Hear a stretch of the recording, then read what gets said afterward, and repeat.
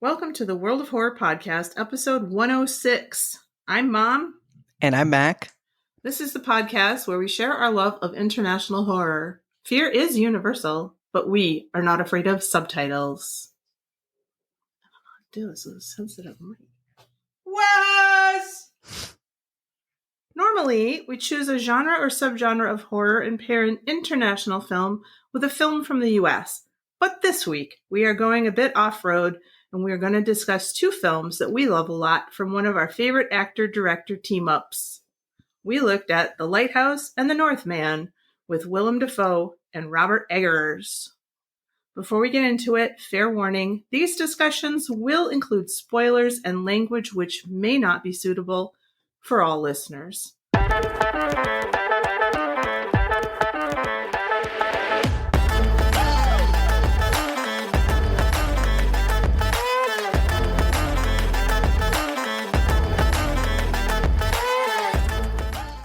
Let's move on to our first segment, Mom and Mac Chat. Hi, Mac. How's it going? Hi, Mom. It is going well. I just got back from technically 2-day trip, but I was there 3 days in Virginia / DC, and it was very fun, but I am very tired. I did not see, I knew this about me traveling. I have such a low social battery. It's like, it depletes so fast. And if you're not with someone who, I don't know, you can say like, hey, I need maybe 3 hours alone. You'll get very tired. Yeah. That's what happened. Oh gosh. If you're listening, Rachel, I do love you. I even told Alan this. I was like, she just loves to do stuff. Like I'm so much more of a homebody than her. Like we were just, which great. I love to I needed to walk more, but like how the day went was like get up, eat, walk, or do stuff all day, get home, go to sleep. Like no time for breaks. But again, it was good. It was good to walk. And I have never been to DC like proper. Maybe I went to the DC Zoo once. I don't know. I don't remember. But we walked around like the National Mall, which was great, and walked along the wharf, and we went to the Spy Museum, or should I say the Propaganda Museum. No. I guess I shouldn't be surprised because it's like, in the US Capitol, but I was a little bit shocked and appalled at like, there was literally a time where I got one of the aides who was there during like with Bush for 9/11 and Obama for like Osama bin Laden. I don't remember his name, but he was saying like, we need to strike a good balance. We don't want to go far into like, fascist Germany where people are spying on their neighbors, but we don't want to get too far into privacy and civil liberties. I was like, sorry, what? Like we don't, because I do. And then it was like anti-Snowden. Yeah. Okay. I disagree there. And there was this one exhibit that was this guy, Storm Martin, who spied on I don't remember the guy's name. It starts with Anwar. It was a guy that was killed by a drone strike. This guy was like Danish or Swedish, and then he converted to Islam, but then got in with extremists.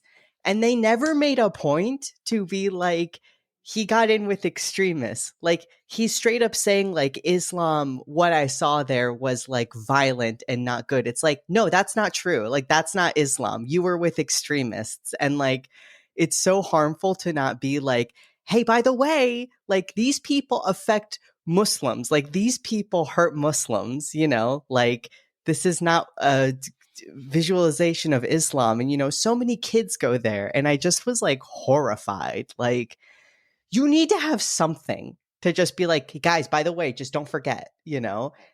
There was a part I was so like, I could not fathom. It was in like their Pearl Harbor section, and it first off had like a super horrifically racist cartoon that Dr. Seuss had made, childhood ruined, of like a Japanese person that was like, you want him to win? And then it was this like fucking phrenology quote of a guy being like, yeah, there's something wrong with like the inner ear of these people that makes them not good at flying a plane. And the little blurb did not say it did not say, hey, this shit's bad. We shouldn't do propaganda like this. It was like, because of, outdated and archaic beliefs like this, we underestimated them. That's your takeaway? That's the takeaway? Like, excuse me? I was like sick to my stomach. I was like, holy shit, this is buck wild. Also, they were so enamored with the rectal toolkit. 3 different times in that exhibit did I see mention and display of a rectal toolkit. I was like, I already saw this. Why do I need it again? They showed this spy thing that was like a literal ball sack, and they were like, this was just a prototype. It was never used. You just wanted to put balls in the museum, okay? I was like, it was kind of like half cool, half kind of cool information, learned about Mata Hari, like learned about these women and like their disguises and whatnot. And then you get like this propaganda. I was kind of appalled. But again, I was like, well, actually, what did I expect? Wow. So your warning, if you go to the Spy Museum, please have a discerning eye. Like, don't believe everything and don't just accept everything. Oh yeah, and just there's this whole section where admittedly the exercise was a bit cool. Same guy who was like, we shouldn't have civil liberties. It was talking about when they were finding Osama bin Laden's compound and they had to decide, should we actually storm it? What if there's an innocent person there? So it was like going through all their details and like a few profiles of people that could live there. And so you had to say, with all these details, who would be living there? What's your percentage of like, confidence that he's actually there? But then none of the kids understood. Like, they did not give proper instructions. So so many kids were like, it was Osama bin Laden. Press Osama bin Laden every time. Like, they were like, I know who. And one kid walked up and was like, I know who it was. It says at the beginning, it's Osama bin Laden. We all know who it is, kid. So that wasn't clear. But I mean, again, yeah, like the idea of like, yeah, kill anyone who we decide to kill, right, kids? Like, I'm not saying we shouldn't have, like, I'm not going to get into that, but just the idea of like, hey, kids, U.S. military, we always do the right thing, right? Nope. No, you don't. So anyways, yeah, that was a bit shocking. But the food was great. I've only been to DC one time. I went with Mr. C, and we didn't go to the Spy Museum. We went to I don't know, some other museums. But I'm like, can we move here, please? Like, I really liked it there. I liked it a lot. It was. Did you go on the wharf? I don't think so. We walked around a ton too. Every couple should go to that wharf. Like, it's, you see the water, there's all these shops. It was also like the most perfect weather. I was scared a lot of people would be there, but I guess DC inhabitants were like, let's get the fuck out of here. So like, obviously there were people, but it was not crowded at all. Like, you were not shoulder to shoulder with anybody. The National Mall, like, had the greatest amount of people where you could people watch, but you weren't like, I need to get out of here, Right. Yeah. It was just beautiful. I feel the same way. I have a lot of high school people who have all moved for jobs to DC, and I was always like, why? Now I'm like, if I checked it out for a job, I probably would be like, yeah, let me move here. Yeah. Yeah. We can't afford it, but I mean, absolutely not. Yeah. It's a really cool place. So any WoHos who are looking for places, tourist areas or places you want to visit in the U.S., DC, highly recommend. Yes. Just watch out for propaganda. It is, you are not immune to it, and it is there. This weather lately, I mean, it's I don't know how I feel about talking about the weather, but it's been very unseasonably, almost chilly. Yeah, I love it. I do too. I'm like, can we just like stay here? Because I know the summer's going to be so unbearably hot, and I hate. We're going to look back on this and be like, well, we didn't know what was coming. I feel like everything's more extreme now, obviously. So I'm so my favorite thing is when it gets cold, like at least if it's hot during the day, if it gets cold during the night, I feel like, you don't get a sense of like the hanging humid air that we get in the Yeah. swamp lands. Yeah. Do you want to get into it? Or no? Yeah. Oh no, going. yeah. Let's get into it. Yeah. Okay. We've Okay. got Cool. two really big movies to talk about.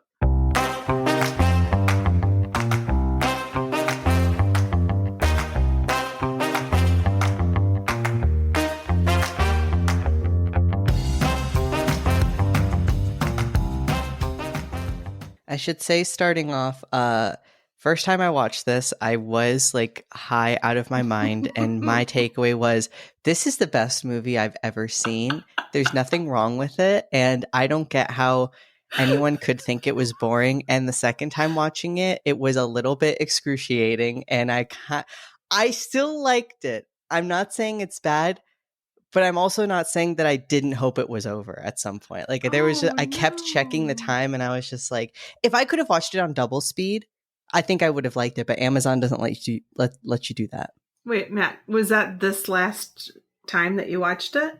Yeah. Oh, okay. I think I've seen this about 4 times. I don't get high because that's not an option for me. But I saw this with Quinn, I think the first time. Mm-hmm. And I just remember at some point, I don't know when, it might have been the what part, but I turned to her and I said, I'm really enjoying this movie. That was me the first time. I kept turning to Elle, and I was like, this is amazing. Maybe I just was not in the right frame of mind. I do think maybe even 1.5 speed, I probably would. I have an option on my browser to do that, but I was watching on my work laptop. Sorry, work, if you hear that. Yeah, I was just like, oh, please. Oh my God. Jesus fucking Christ. One other recommendation that I did, because we had a couple of delays in recording. So twice I watched both movies back to back. I would not recommend doing that at all. I mean, because, yeah, so just pick one or the other at a time. Yeah, they're both great, but I wouldn't recommend watching them together. And be in the right frame of mind, I guess. Like, and maybe it was that I knew I was going to have to watch The Northman next. And by the end of The Northman, I was not. I don't even think like completely there, like aware of anything. Also, you need subtitles. I don't know how every Robert Eggers movie in the theaters, they should give you subtitles. I would have enjoyed my first watch of The Witch so much more if I knew what was going on. Because the dialogue's great. Yes. Okay, let's get into it. Here's a brief plot summary. 2 lighthouse keepers try to maintain their sanity while living on a remote and mysterious New England island in the 1890s. It was directed by Robert Eggers, of course. Written by Robert Eggers and Max Eggers. Is that his brother? Mm-hmm. Yep. Cool. It stars Willem Dafoe and Robert Pattinson. The cinematography was by Jaron Blaschke. Is that how you would pronounce? It was released May 19th, 2019 at Cannes and October 18th, 2019 in the US, and has a runtime of 109 minutes. So not quite 2 hours. That's great. Mom has written like an amazing plot summary. I just need to say, like, I read it when we were first going to record, and I was like, no notes. I added like a few things here or there, but like just incredible. Okay.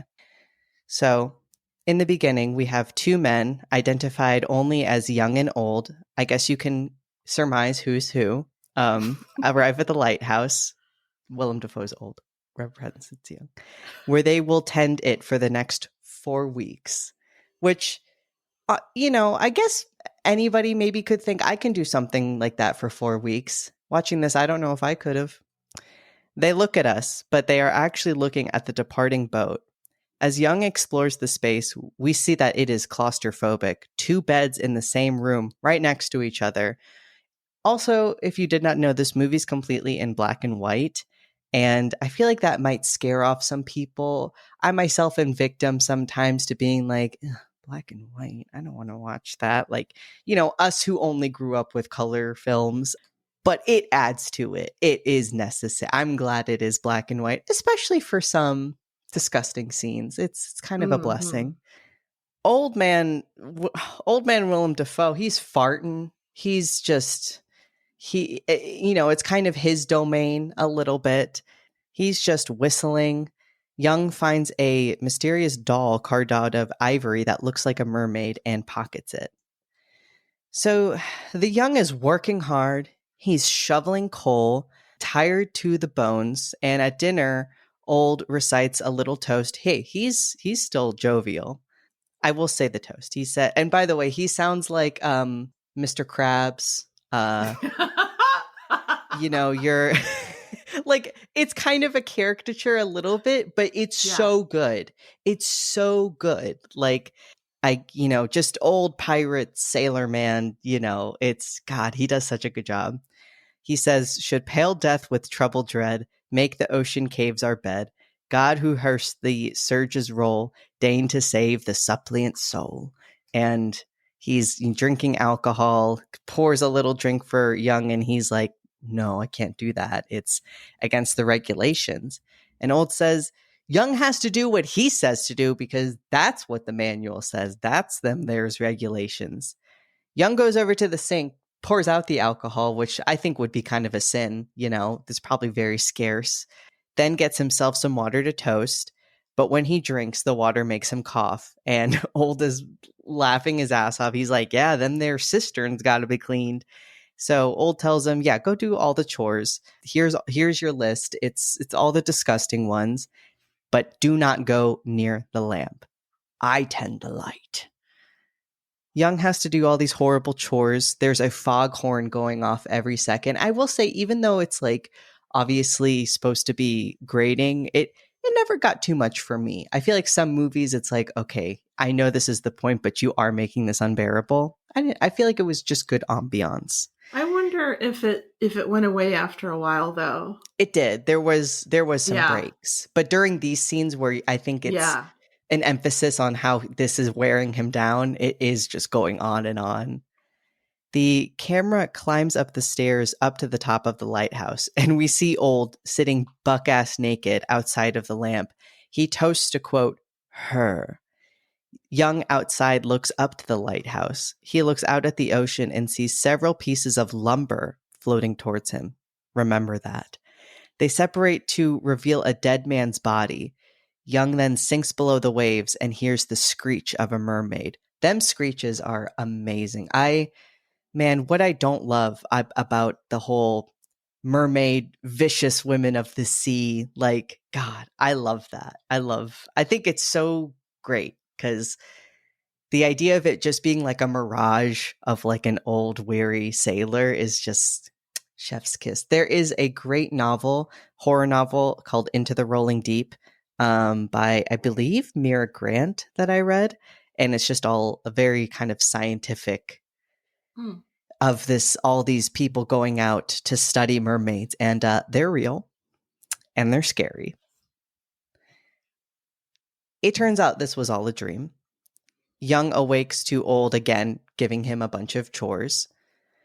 On top of a ladder, he looks in on, because the lighthouse has this giant spiraling ladder, and he's looking up on a masturbating Old. He gets to a shed, and a one-eyed seagull blocks his path. He throws a stone at it, and it flies away. We've all seen seagulls. They are little bastards. And it squawks angrily. He hauls this huge keg all the way up those winding stairs, only to be told by Old that he only needed to bring a fraction of the oil up, and is also yelled at for getting near the light. Old says he is behind, slow, and a dullard. This guy can't win. That night, Old seems to be in a jovial mood. He recounts a story about a mutiny and says that alcohol is the only thing that helps men when they are bored. Scary idea. He says that the previous wiki went mad. God, who could imagine why? He tells this whole story. Young doesn't buy it. Old tells Young that it's also, by the way, it's bad luck to kill a seabird. And Young is kind of like, all right, you're full of shit. And Old gets up and he's like, I'm not kidding. And slaps Young in the face. Young can't sleep. A seagull appears outside the sill of his window and pecks at the glass.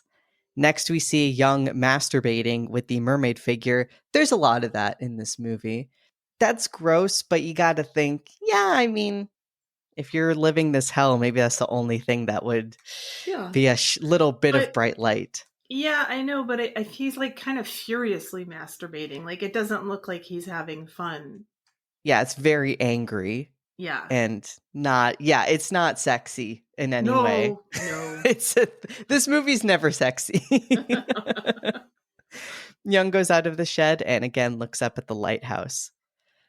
Old is yelling at Young that Young's neglecting his duties and that he has to do whatever he says, no matter what it is. He says if Young contradicts him, he'll dock his pay and calls him a dog.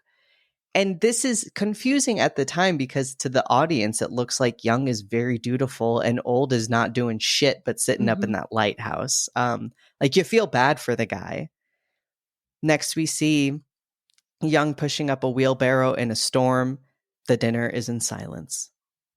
We then see a scene of like Young whitewashing the lighthouse, and Old is kind of, I don't know what the mechanism is, but like he's sitting on a little seat that's going up or down this lighthouse. Old is controlling it. That's scary. And Young is like, hey, please, like, be careful. Nope. He falls down to the ground. He's got whitewash on him. The seagull's back and pecking at him. And next we see Old making notes in the logbook, which he locks away. 2 weeks in, Young is sitting with Old and says, I need you to call me by my name. It's Ephraim Winslow. He then gives us some backstory. He used to work in timber in Canada. They actually have a nice little bonding moment. Old mentions that he only has a stump for a leg, and Ephraim says he's worked a lot of different jobs, but what he really wants is, I'll raise my own roof, somewhere's up country, with no one to tell me what for. That's all. Hey, isn't that all what we want? Yeah. That's a pretty modern viewpoint, too. That's simple, just let me just not have anybody tell me what the fuck to do. He asks Old, why is it bad to kill a gull? And Old says, they contain the souls of dead sailors. Ephraim can't sleep. He walks up the stairs to the lamp and we see Old is moaning. Then this goo drips down. First it looks like, let's call it jism, which is gross. But then we see it's a lot more viscous, more like slime.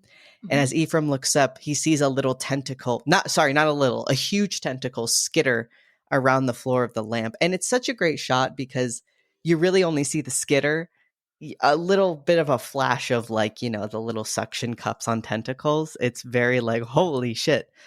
And yeah, I don't know.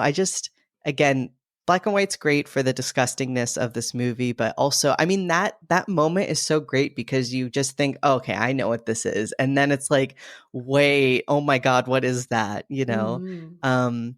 And also like earlier, Old insists that he's got the hardest job actually, because I guess he has to be up all night with this light. But again, he's kind of just worshiping the thing. And even though Ephraim hasn't ever like verbalized it, he's very drawn to it as well. But it's very subtle. So next we see Ephraim pumping the water pump in the kitchen, and the water is all sludge. He goes out to the cistern and he sees that a gull has flown inside. The one-eyed gull comes back and is just flying into Ephraim's face. He has a little fit, grabs it, and slams it over and over against the ground and the cistern. There's blood splattering everywhere. And we see then a lot of gulls circling the lighthouse. Then the camera goes up to the lighthouse and the weather vane just it goes a 180 very ominously. Old goes up to Ephraim and he's like, the wind has changed direction. We've got to, board up the windows. He asks, if Ephraim's okay and is like, don't worry, we're getting off the rock tomorrow. They catch some lobsters in the traps and have a fine, merry evening. Ephraim finally agrees to drink at dinner. He starts to do the toast, but can't remember it all. They drink a lot, get super drunk. They sing and they're telling stories. And then Old says that he broke his leg. And if you remember, that's not what he said earlier. I love this scene. I mean, it's great to finally see them just like have a ball. And, they're singing these like old shanties and then just screaming kind of and banging on the ground. Old, it gets calmer and Old says, I might miss him. I might miss you, Ephraim. You're becoming a good wiki. You'll be working the lamp in no time. But then Ephraim, I think, makes a little comment like, hey, I could do it, sooner rather than later. And they get into a little fight, but then it dissolves back into laughter. Ephraim finally asks the old man his name, and he says it's Wake. Thomas Wake. Tom. Ephraim pours another drink and toasts to my friend Tom and getting off this goddamn rock. The next morning, Ephraim gets up. He grabs the chamber pots, which are disgusting. And he's so careful. None of it spills while he's getting up there, which is a feat in itself because they are filled to the brim. Throws them up and the wind just splatters them all back in his face. And he just erupts with the best, just scream of frustration. We then see him doing more chores. He hasn't cleaned himself. He doesn't have the chance. He finds a mermaid washed up on the rocks, covered in reeds. At first it just looks like kind of a dead woman, but then when he gets closer, it's a mermaid. He is just touching her. He touches her breast, moves down to her tail. She opens up her eyes and screams, and it dissolves into the sound of the foghorn. There's also a weird opening on her tail that looks like a vulva, but it's not tiny. It takes up her entire kind of torso. They wait for the relief boat to come. It's kind of a similar shot to the beginning where they're just standing, looking towards the camera and are just pelted with rain. The waves are rolling around like crazy, and Ephraim then shovels coal as Thomas watches him. The relief is not coming. Thomas tells him that damp has gotten to the provisions. Thomas says that they'll have to ration, and Ephraim's like, it's only been one day. Thomas says, it's been weeks. The tender may come if they can get through the storm, but there's been times of people stranded here for up to 7 months. Dear God, how are we going to do that? They dig up a crate of alcohol in the pouring rain, and Ephraim's like, oh, okay, provisions. Thomas is telling a terrible story about men getting gangrene and says that's actually what happened to his leg. Ephraim calls him out saying, you've said a million things. And Thomas says, you must have misheard me. Winslow is stinking drunk. He keeps drinking. I mean, there's so many scenes of just him bottle upturned, glugging that shit. And what is this alcohol? It seems like when he first drinks it that it's extremely strong also. He then tells a story about his past job, about his supervisor who is always ragging on him, kind of just like how Thomas does. Thomas tries to joke about it, but Winslow doesn't want to. And they have this little childish moment of where they just start saying what to each other, over and over again. And it just escalates till they're face to face with each other. They are going crazy. Winslow at one point has a tantrum that he wants a steak. I just need to emphasize again, every shot we see of him, Winslow, he is stinking drunk, drinking all the time, alcohol pouring down his face as he drinks. He says, I want a steak. If I had a steak, I would fuck it. And this might be my absolute favorite scene in the whole movie, because then Thomas looks genuinely hurt, not angry, hurt, and is you don't like me cooking? You liked my lobster. Say you liked it. Say you liked it. He's desperate to get Thomas to take it back, and Thomas is just shaking his head no. Ephraim. Or yeah, Ephraim shakes his head, just saying no, I don't. Thomas gets up and begins cursing Ephraim. And again, Mom has written this out. I will read it. If you don't watch the movie, find this clip, because Willem Dafoe, I can only describe him as transformative. He's one of those actors where I feel cannot recognize him in between roles, because he just embodies that shit. And yeah, he says, below and bid father the sea, king, rise up from the depths, full foul in his fury, black waves teeming with salt foam, to smother this young mouth with pungent slime.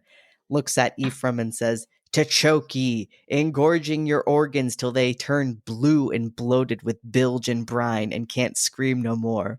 Only when he, crowned in cockle shells with slithering tentacled tail and steaming beard, takes up his fell, befinned arm, his coral tin trident screeches banshee-like in the tempest, and runs you through the gullet, bursting ye a bulging bladder no more, but a blasted bloody film now, a nothing for the harpies and the souls of dead sailors to peck and claw and feed upon, only to be lapped up and swallowed by the infinite waters of the dread emperor himself, forgotten to any man, to any time, forgotten to any god or devil, forgotten even to the sea, for any stuff or part of Winslow, even any scantling of your soul is Winslow no more, but is now itself the sea.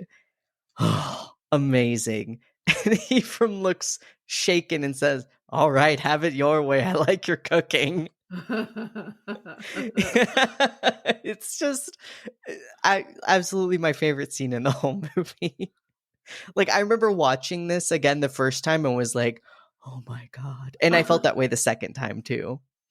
Ephraim stares up at the lamp as he sits on the stairs holding like a little kitchen knife that he's taken. Ephraim takes off his boots and sneaks up to the lamp. He tries to undo the latch but is unsuccessful.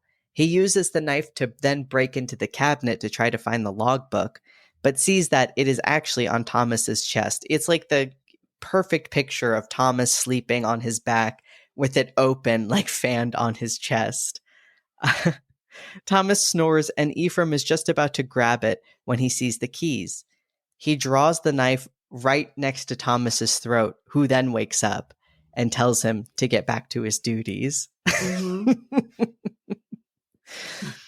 Ephraim says that Thomas is no longer human after working apart from people for so long. He's only tolerable when he's drunk. Outside, Ephraim works, but also drinks, and also masturbates like a motherfucker until visions of the back of his former boss take over and he no longer can. He falls on his knees with like his pants around his like ankles and cries as the rain from the roof falls on him. He then stabs the mermaid doll and it snaps in half. He pulls up the lobster trap, but it contains the one-eyed head of the former Wiki. All is not what it seems. Ephraim and Thomas dance. They're both drunk. Thomas's leg doesn't seem to bother him at all. Then this is my other favorite moment. I feel like it probably weirded some people out, I guess, but I just feel like it makes sense to me.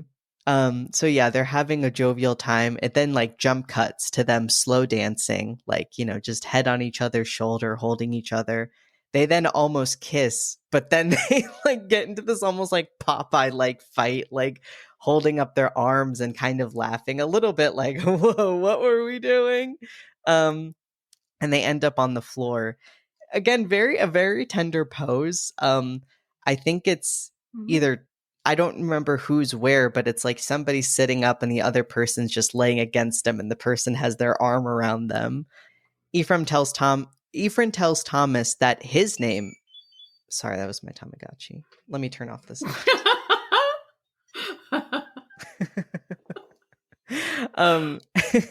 Ephraim tells Thomas that his name is Thomas. Actually, Tommy Howard. Winslow is the name of the man who drowned at his last job. Thomas tells Tommy, don't spill your beans. But Tommy says that he trusts Thomas, and then says, actually, no, I don't. Again, they're drunk. Tommy tells the story of wanting to kill Ephraim Winslow. He says he was tired and saw Ephraim slipping and basically just let him die. He didn't feel regret in the moment, just wanted to smoke, and then assumed his identity because he'd never be able to work again otherwise. Mm-hmm. He looks into the camera and then calls out for Thomas, whose voice echoes, "Why'd you spill your beans, Tommy?" And we see up the spiral staircase to the lamp. This is kind of when things get extra weird. On the catwalk, Tommy comes upon a body, and when he rolls it over, it's him, his doppelganger. Then there's a shot of Thomas naked, looking into Tommy's eyes, with the light of the lighthouse. I think I might change to saying Dafoe and Pattinson, because maybe if you haven't seen it, you're going to get confused by Tommy and Thomas because they are the same name. I'll call it Rob and Dafoe. Rob is running in the rain and it's out of focus, trying to get to the boat. Even if he did get that boat, he would have died at sea. He pushes it out of the shed, but Dafoe runs up and attacks the boat with an axe, yelling, "Don't leave me!" Dafoe chases Rob with the axe. Dafoe says he's going to report Rob for abandoning his post. Rob says he's going to report Dafoe for killing his second. Rob has clearly gone completely mad. Dafoe says that Rob has gone mad from spilling his beans and smashing up the lifeboat and chasing Dafoe with the axe. Don't you trust me, Rob? He tells him that he should give him the knife, which he breaks and says, "I'm going to dock your pay for that, by the way." I will say this quote from Dafoe. "Look at your shivering, you're so mad. You know not up from down. How long have we been on this rock? 5 weeks? 2 days? Where are we? Help me to recollect. Who are you again, Rob? I'm probably a figment of your imagination. This rock is a figment of your imagination too. You're probably wandering through a grove of tag alders up in North Canada, like a frostbitten maniac a-talking to yourself, knee-deep in the snow." I mean, if he really said this, like, you're playing with fire, man. But again, that's kind of at this point, you don't know what's real anymore as the viewer. Rob says he could use a smoke. They're out of drink, so they make a drink out of fuel oil and honey. Don't do that. I can't recommend that. Next, we see them both under the table together, cackling like crazy as the storm starts to breach the windows of the house. When they wake up, the house is in shambles. There's standing dirty water in the house. We see Rob trying to piss in a floating pot. He misses. He vomits. He finds the logbook, which is filled with supposedly his infractions. Dafoe can't light his pipe, so Rob lights it. Dafoe starts to tell a story, and Rob loses it. Part of what he says is, this is another kind of the only great monologue from Rob, but very good. He says, "You smell like piss. You smell like jism, like rotten dick, like curdled foreskin, like hot onions fucked a farmyard shithouse. And I'm sick of your smell. I'm sick of it. I'm sick of it, you goddamn drunk. You goddamn no-account drunken son of a bitch bastard liar. That's what you are. You're a goddamn drunken horse-shitting, short shit liar. A liar." Haven't we all want to say this to our boss? Tell me you haven't. Beautiful. Dafoe tells Rob he's relieved of his duties. Rob grabs the logbook and reads from it, tearing the pages out. All things like, late, belligerent. Dafoe recommended a severance without pay. Rob then begs for another chance, and Dafoe insults him and makes him cry. Dafoe asks if Rob will kill him, and he says that Rob is nothing but a filthy dog. They wrestle. Rob hallucinates that it's Ephraim, his past boss, and then the mermaid, and then Dafoe as some sort of sea god with tentacles which wrap around his neck. Rob punches him until Thomas shouts, "You're killing me!"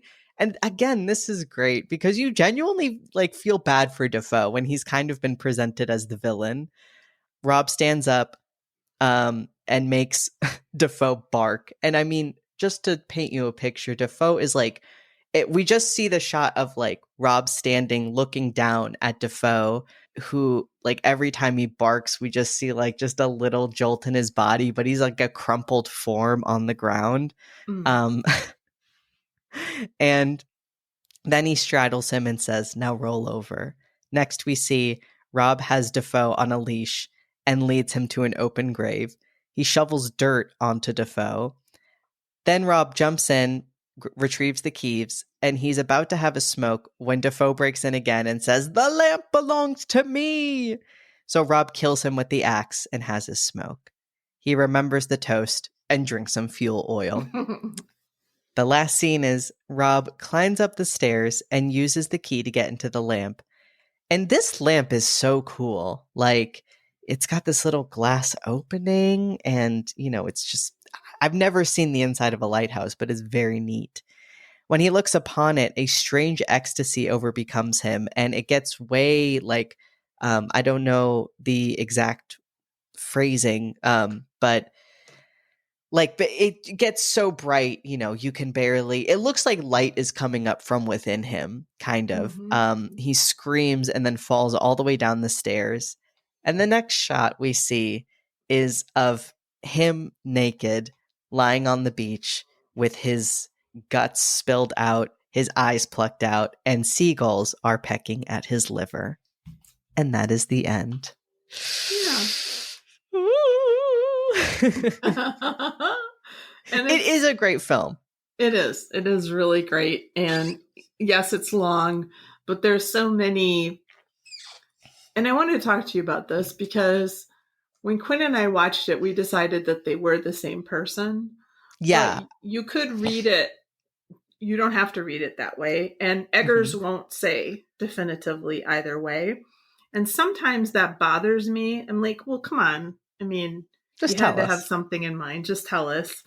But sometimes it bothers me. But for some reason, it doesn't bother me in this case. Because I think he's laid out enough clues either way that you can sort of decide for yourself what you think.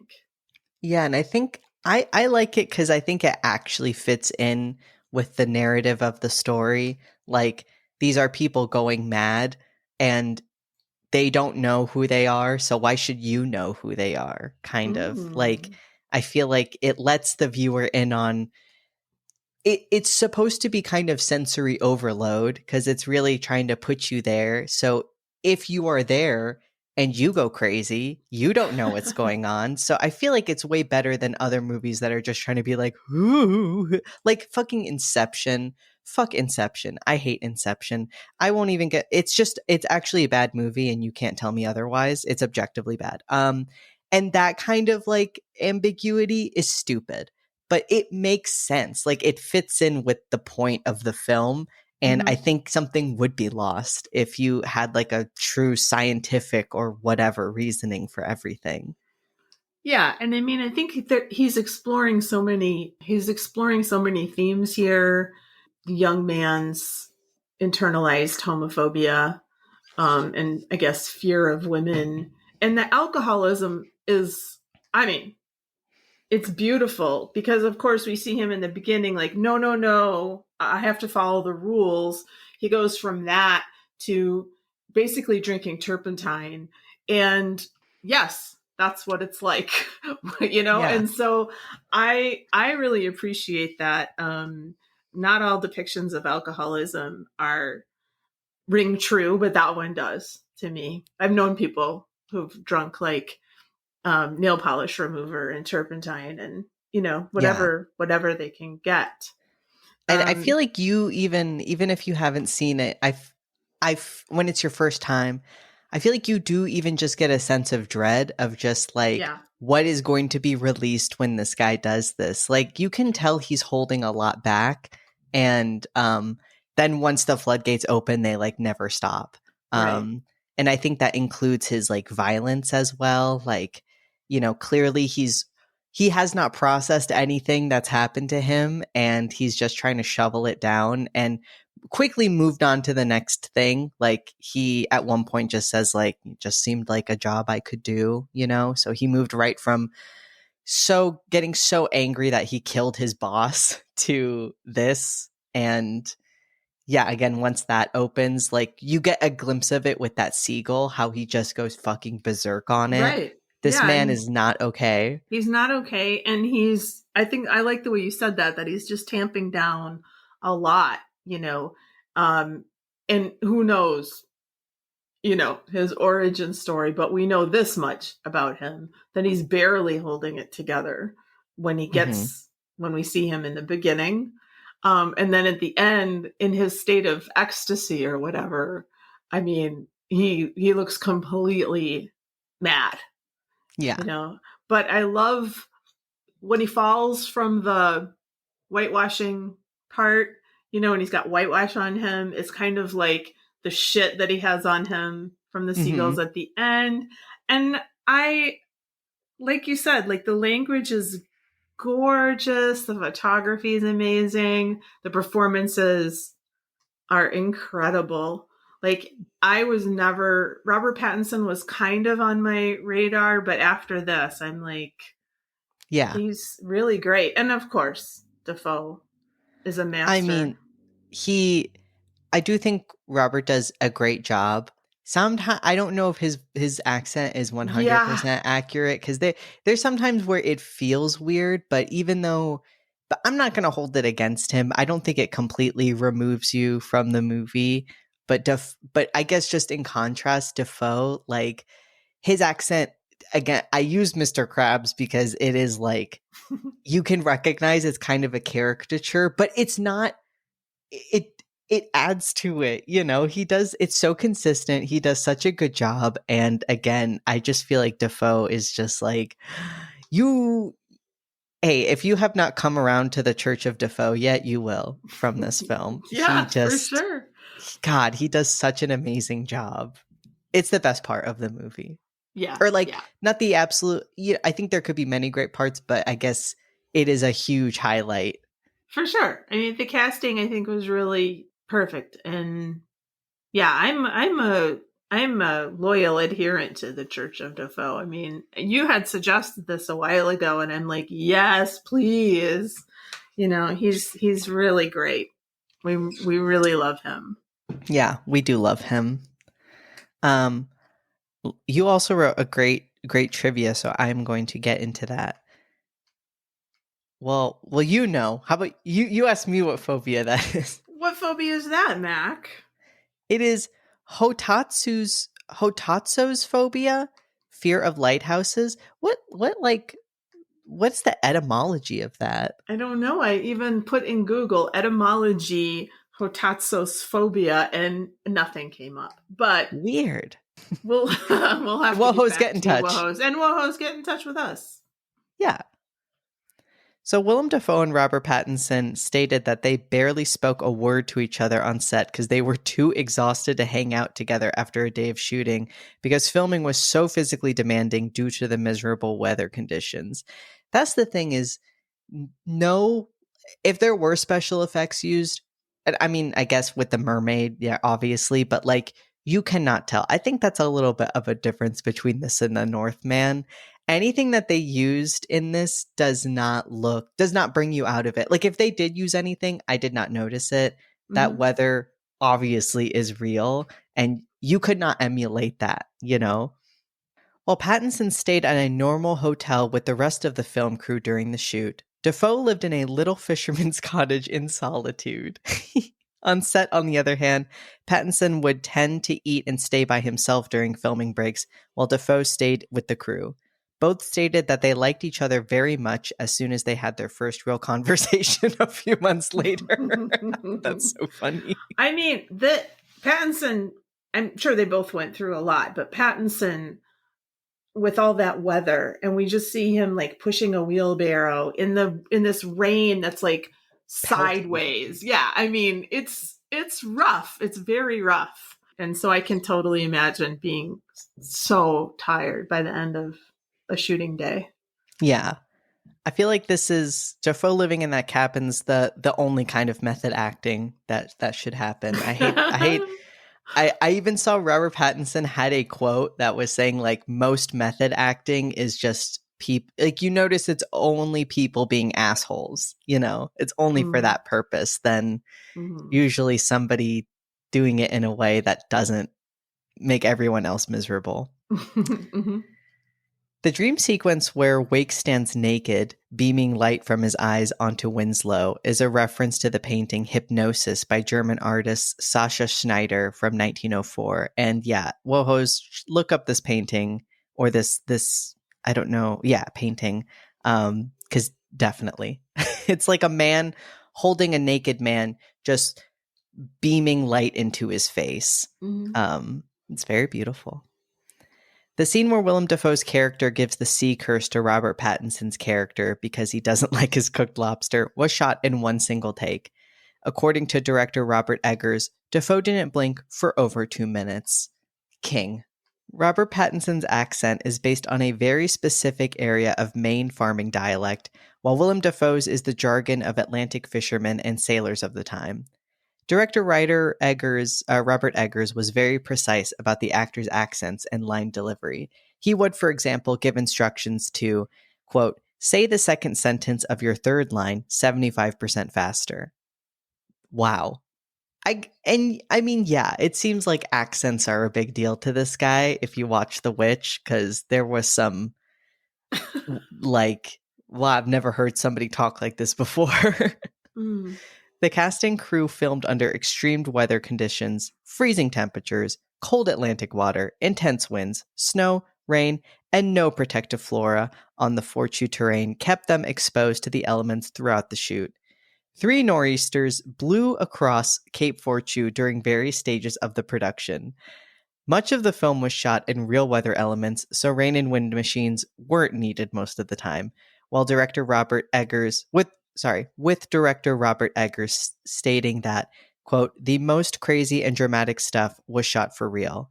The crew had to film the scene where Pattinson's character goes into the sea at night when the weather settled down because they were afraid they might lose him to a riptide. Jeez. I'm glad that they kept it safe because, it's what everybody deserves. Well, what does Letterboxd have to say about it? And this is a film I think that you either like it or you don't. Mm-hmm. First review, 1/2 star from Lainey, who says, didn't even watch this fuck-ass movie. My math teacher is a carbon copy of Willem Dafoe, and he pissed me off Friday, so the Lighthouse gets a 1/2 star review. Fuck you. Just fill up my fucking form, stupid cunt. Fuck you, balding bitch. Go retire, dumbass. You know, maybe you should have kept it for the journal, but thank God you kept it for us, Lainey. It's so sad for Willem Dafoe and his work that you have this innate hatred of him. But honestly, I kind of understand. There was this guy on 90 Day Fiancé who was truly the creepiest man, and he looked just like Paul Simon, and it made me mad at this man because I was like, you're kind of ruining Paul Simon for me. Yeah. You look so much like him. I will never look at him the same way. I'll always think of you when I see him. Fuck you. Megan725 gave it a 1/2 star. Seemed like a guy thought he wanted to make a horror movie and then just forgot what he was doing. No, Megan. Megan, I don't think you understood, but that, you know what, that's fine. Cheese Nuts 69 gave it a 1/2 star. Below mid. Wow. Presley Drew gave it a 1/2 star. What does DNF mean? Did not finish. Did not finish. Disgustingly uneasy and painful watch. I know people only like this because they like to pretend it's, quote, deep and philosophical. Bullshit. This movie was ass. I think it's deep and philosophical, but I'm not pretending. Mortis gave it a 1/2 star. I spent far too long wondering if I was going to see Robert Pattinson and Willem Dafoe get it on in black and white, only to be left confused and underwhelmed. That's like they saw one picture of them slow dancing and they thought the movie was going to be about that. Yeah. It's not about that. Also, if they had, it would not have been nice. That's the whole point. This is disgusting. It's a disgusting film. And again, thank God it's in black and white. Highway Hypno gave it a 1/2 star. Some say this movie still hasn't ended. Okay, that's a great review.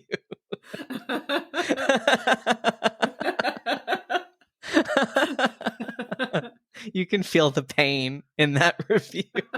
And again, long. You gotta be in the right frame of mind because I have been there of being like, dear God, I can't take it anymore. On the flip side, Proud Boy gave it 5 stars. Best movie ever.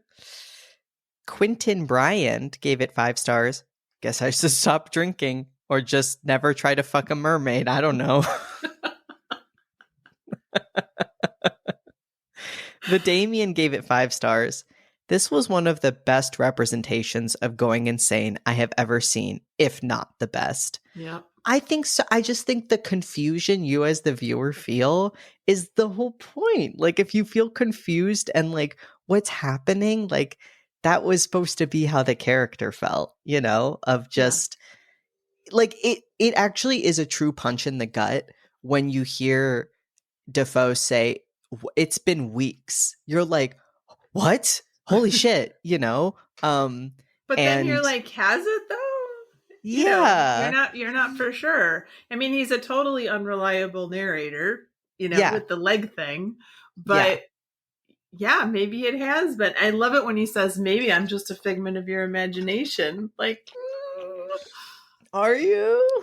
And I think another great punch in the gut is when you see that logbook. And again, you're just like, what is the truth? Like, is it this old man who farts and, you know, has clearly been riding this guy's ass, but has he been riding this guy's ass because he truly has been not doing a good job? Like, I don't know. I mean, if they're the same person and he says, you're only tolerable when you're drunk. You know, he hates himself so much that he can't even stand himself unless he's blind drunk.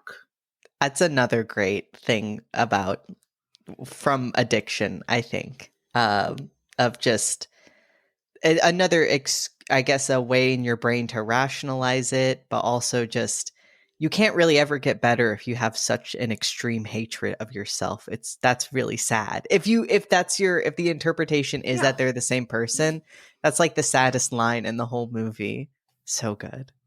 Emma gave it 5 stars. Beautifully filthy.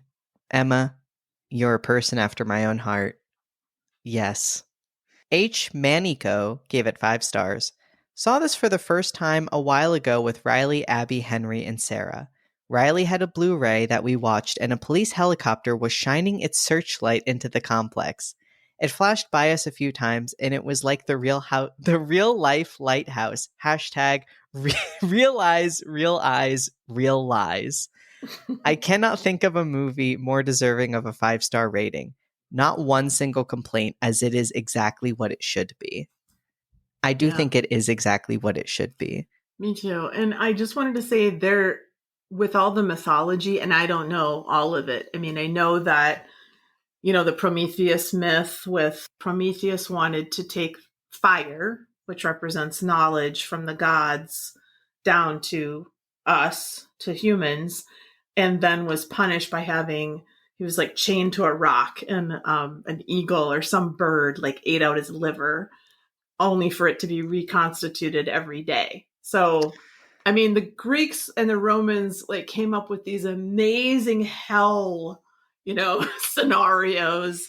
But so there's that. And then there's also Proteus, who I guess is the son of Poseidon. So when we see Dafoe on the floor and he's got the shells on his head and he's, you know, got the tentacles that wrap around Rob's neck and stuff, I guess he's Proteus in that moment. And of course, mermaids and that sailors' souls are in seagulls, whatever. I don't know there's probably more, the Egger stuffed in there, but I think that's I'm okay with that. Like, I was not really so okay with it with the witch, you know, but I feel like I like myth, and I think it's cool that he's playing around with these ideas, because that's what we as humans do. We just, you know, try to make sense of the world, and we make up these stories. And Eggers is just taking, you know, this sort of mishmash. And like I said, in another person's hands, I don't think I would like it as much, but I really dig what he's doing with his movies.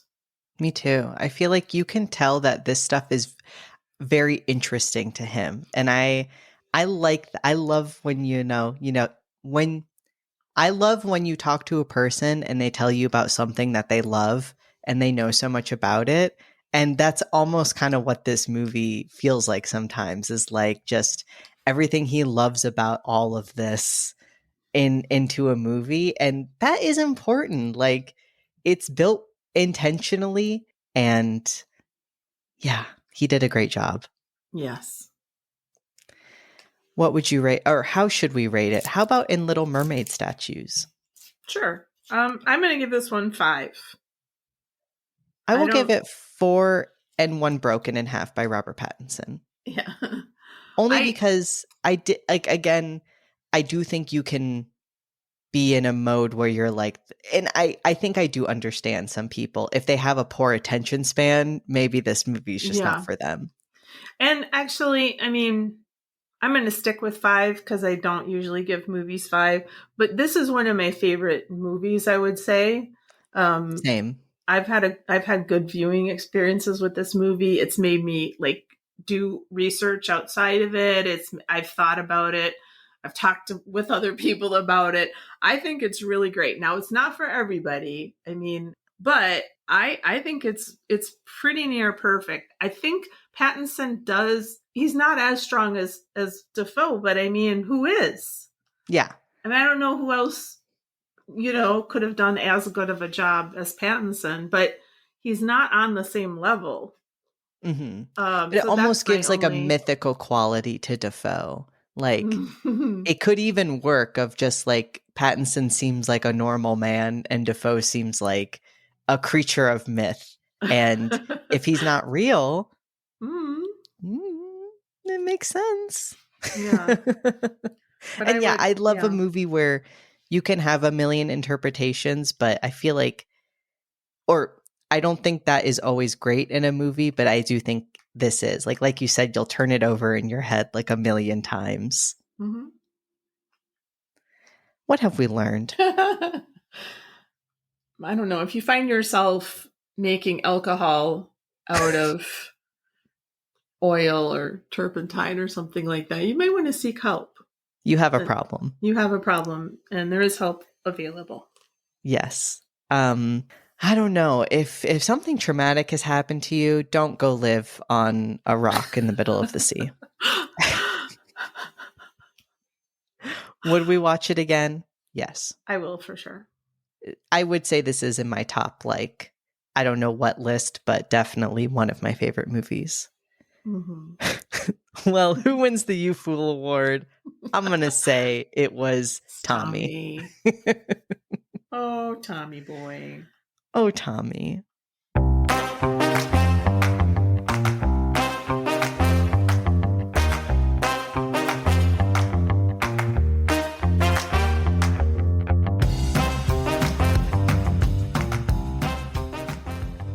This is the brief summary from IMDb. A young Viking prince is on a quest to avenge his father's murder. This was directed by Robert Eggers, written by Sion and Robert Eggers, based on the legend of Amleth by Saxo Grammaticus. It stars Alexander Skarsgård, Nicole Kidman, Klaus Bang, Anya Taylor-Joy, Gustav Lind, Ethan Hawke, Bjork, and Willem Dafoe. The cinematography was by Jaron Blaschke. It was released on March 28th, 2022 at the Rigoletto Cinema and April 22, 2022 in the US. It has a running time of 136 minutes. Too long. It's a little long. It's an epic, but this was one where I was like, oh, geez. Like, Can we, But it starts with a prayer. Hear me, Odin, all-father of the gods, summon on the shadows of ages past, when the thread-spinning Norns ruled the fates of men. Hear of a prince's vengeance, quenched at the fiery gates of hell, a prince destined for Valhalla. Hear me. And I looked up Norns. Norns are fates. They're similar to the fates. There's a one for the past, the present, and the future. Mm-hmm. Okay, so all right. There's a lot. I mean, this one is I don't think it's as tight as The Lighthouse. And The Lighthouse, it goes in some crazy directions. But there are a lot of like symbols that are called back and moments that are called back. And so when we start in the beginning, the title card says the North Atlantic, ravens are flying, and King Vandal returns home. He's reunited with his wife, Queen Gudrun, and her heir, Prince Amleth. I feel like it is important that it's in 895 just to give you a vibe. Oh, if you, this is going to sound very blasé, maybe. If you have played Skyrim, I will say you will get Skyrim vibes from this. So if you haven't seen the movie, but you've played Skyrim, imagine some of the more Nordic areas. Great tip there, Mac. Everyone's like, hail Raven King. Everyone's happy to see him. He's brought back slaves. They're all chained like neck to neck. Your note, cool. And Gudrun the wife asks where his brother is. So King Ayuvandil, I'm just going to call him Ethan Hawke because I love Ethan Hawke, but he looks like Ethan Hawke. Like, there's some people are not like Willem Dafoe, where even if you go, that's Dafoe, it's not him. Right. Nicole Kidman is another such actress where you're like, that's not Gudrun. That's Nicole Kidman. And yeah, I will say, I think we love Ethan Hawke, but that's just Ethan Hawke. We don't have the same feeling for Ms. Kidman. I think if you have noticeable, I've said this before, I'll say it again.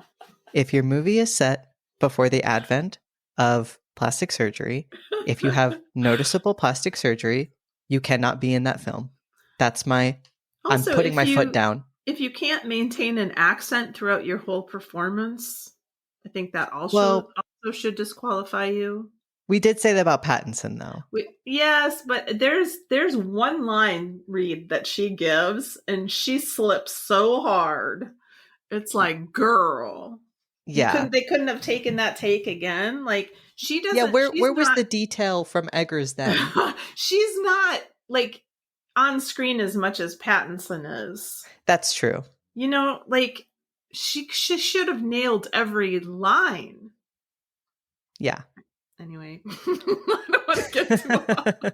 This is the anti-Nicole Kidman podcast. Okay, sorry, y'all. So, I mean, we're not fans. So, okay. So Amleth, you might notice, sounds a lot like Hamlet. So if you're familiar with the Hamlet story, this is basically that.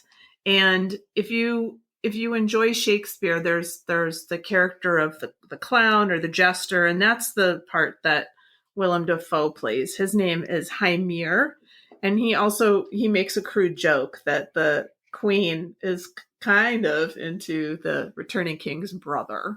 And it's so funny because the brother is like, curse your foul tongue, like, and the king's like, chill, he's cool. He's part of my crew. We love him. I was like actually surprised that the king was like, nah, I'm cool with it. Well, and we can talk about this later, but when Gudrun tells a grown-up Amleth, what his father was really like, I wanted to ask you, like, what you thought about that reveal.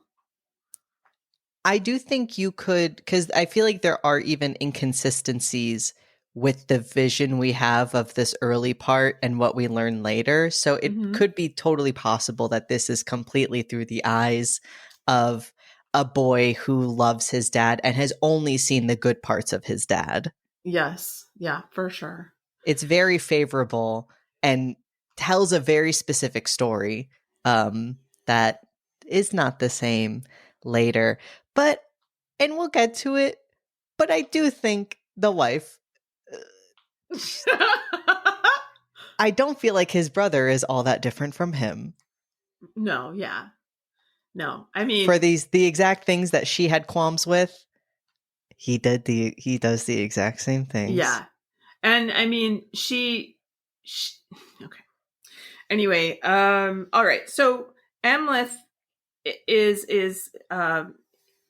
okay. Well, the next part is a little ceremony that's overseen by the jester Hymir, and it's all pretty cool. I mean, I don't know if this part is the part that was like made up by Eggers, but I don't know. I just went with it. Whatever. They have to like in this ritual prove that they're men and not dogs or not wolves or whatever. And Eggers really likes farting. yeah, I guess he does. He likes farts.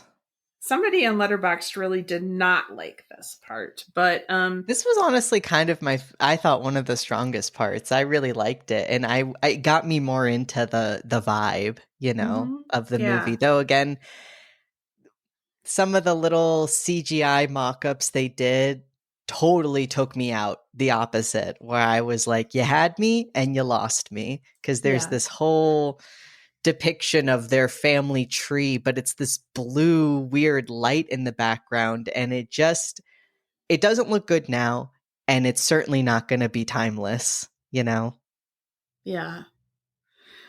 We do get that visual of the family tree. The son and the prince are tripping balls. I mean, that should be said. Hymir tells Amleth that his destiny is fixed and cannot be escaped. And Amleth vows to avenge his father in the remote off chance possibility that his father is killed. So next day, his father's killed. What about the tear that he gives him? Oh, that's right. That's important. Okay. So Hymir says, this is the last tear that you will shed in weakness. It will be given back to you when you most need it. That's a nice, I've never heard that like in any myth. I kind of like that. So the next morning, Amleth's bastard uncle, Fjolnir, stages a palace coup and beheads Eirvandil. Amleth sees all this from behind a rock. Before the king dies, he says that Fjolnir's kingdom will not last, which turns out to be true.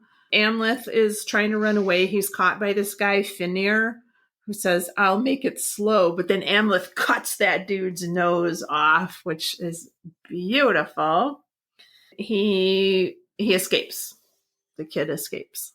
And we see him and also notice that he sees a vision of Fjolnir carrying away Gudrun, who looks like she's screaming in terror.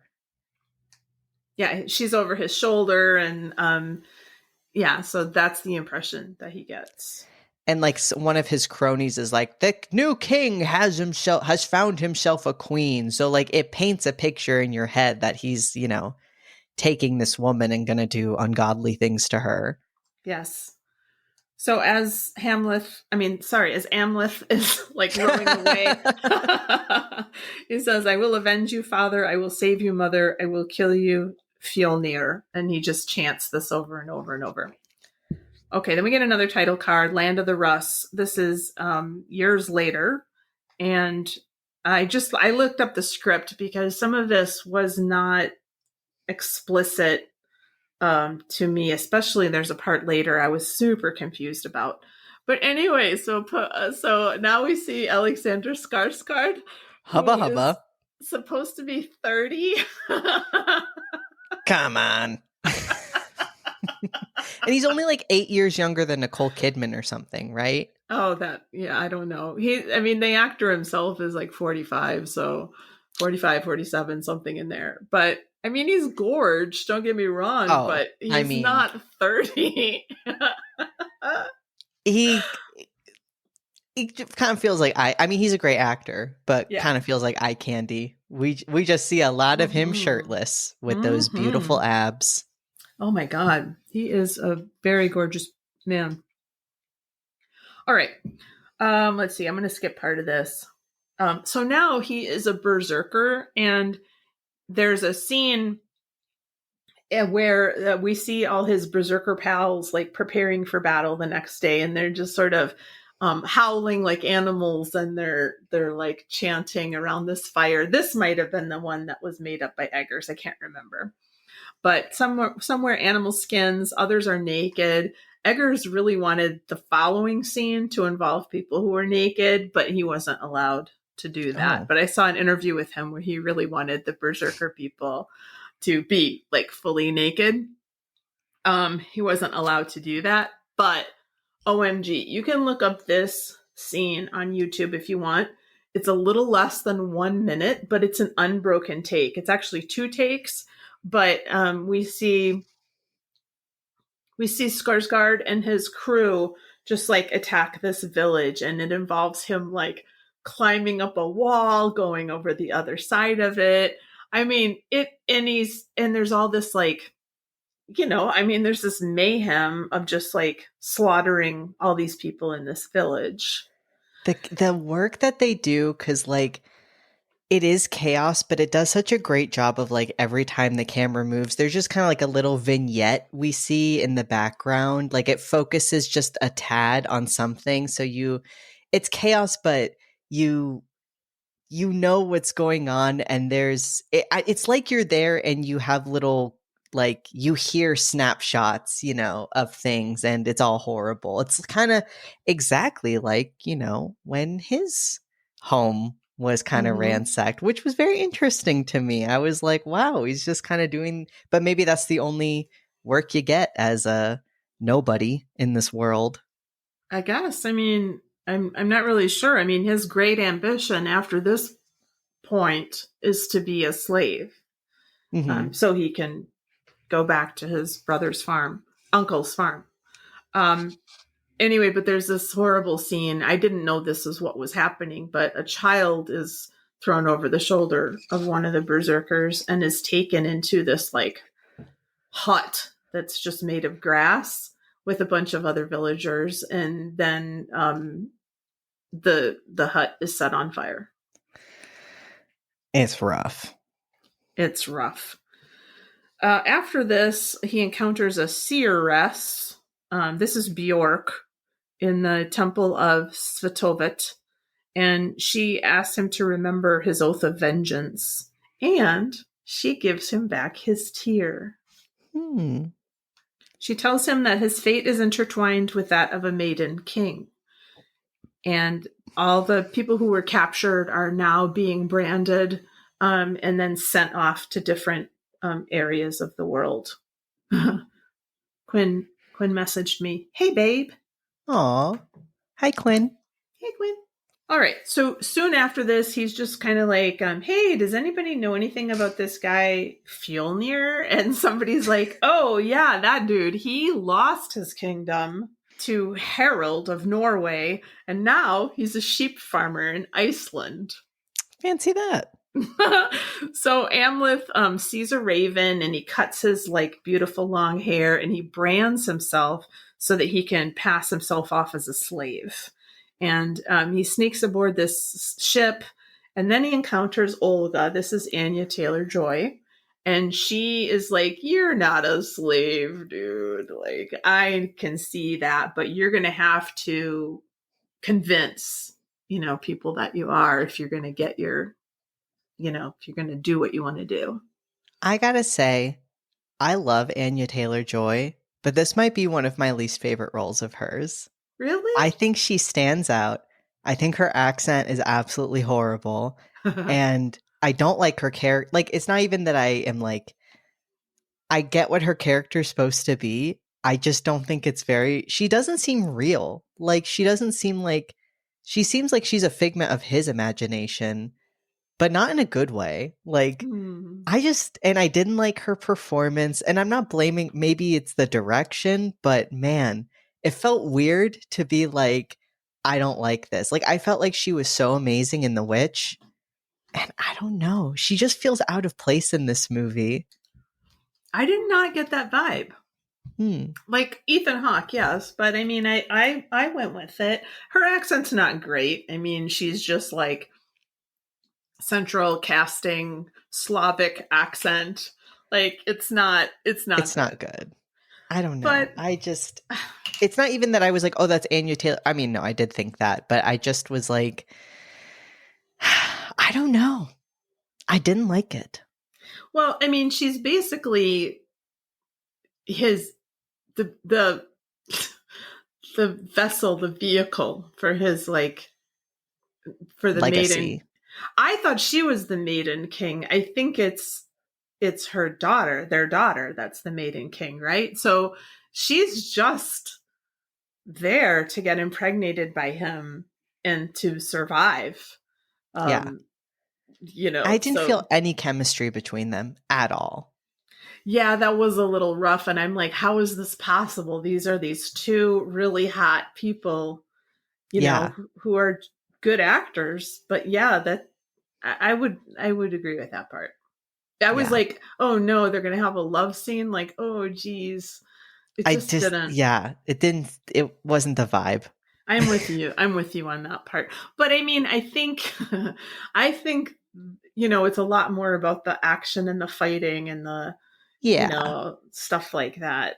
But it almost feels like at first I kind of was like, I could see them as buds. Like, I know they're two companions. And then when I realized it wasn't going to be that, I was like, I feel nothing, you know, like I don't feel, I feel like Pattinson and Dafoe, for having not spoken to each other, their chemistry was incredible. Yeah. And there is a scene where they're just sort of like pledging their love to each other. And I'm like, cringe. Like, it's not it. Not it. But she does, okay, besides getting pregnant by him and bearing the Maiden King, she's very smart, and she helps him with strategy, and she clues him into things that he doesn't know about. But I mean, that could have been a lot more developed. It feels like she has no personality outside of helping him. Right. And I found her like fieriness to be so unrealistic. I'm like, how did this bitch not get killed? She speaks back so many times. And I'm like, how is she not murdered? I guess she's so gorgeous that she's forgiven. But yeah, I mean, we'll get to it. But I'm there's after one scene, I'm like, I can't believe that she survived after that. But anyway, Amleth dreams of that tree that we talked about before, his mother, all the people, and images from back home. But there is also some figures now he has yet to meet. There's the volcano, and there's a sword, and there's Olga. All right, new title card, Iceland. So this part goes on for a bit. I mean, if the landscape weren't so gorgeous, you'd be like, oh, okay, because it's really just a lot of the slaves are chained like neck to neck, and so Amleth and Olga are talking to each other and just sort of like filling each other in on their backstories and stuff like this. I do like this one line that Olga says. She says that while Amleth's strength breaks men's bones, she has the cunning to break men's minds. I thought that was nice.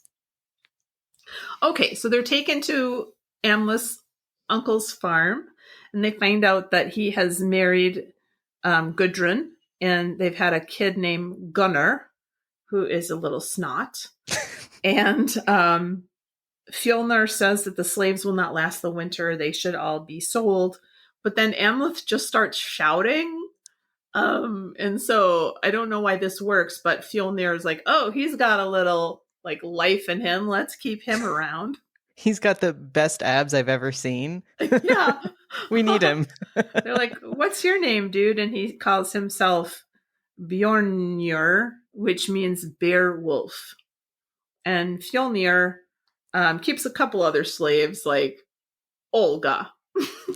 And I guess it should be noted, she has very long, straight, super blonde hair, is super pale, a little bit like Gudrun, who, like, their hair is always out. You know, it's always just long and blonde and flowing, and they're like the only two characters that look like this. Yes, true. So a little bit weird also that Amleth is very attracted to a woman that looks like the young version of his mom.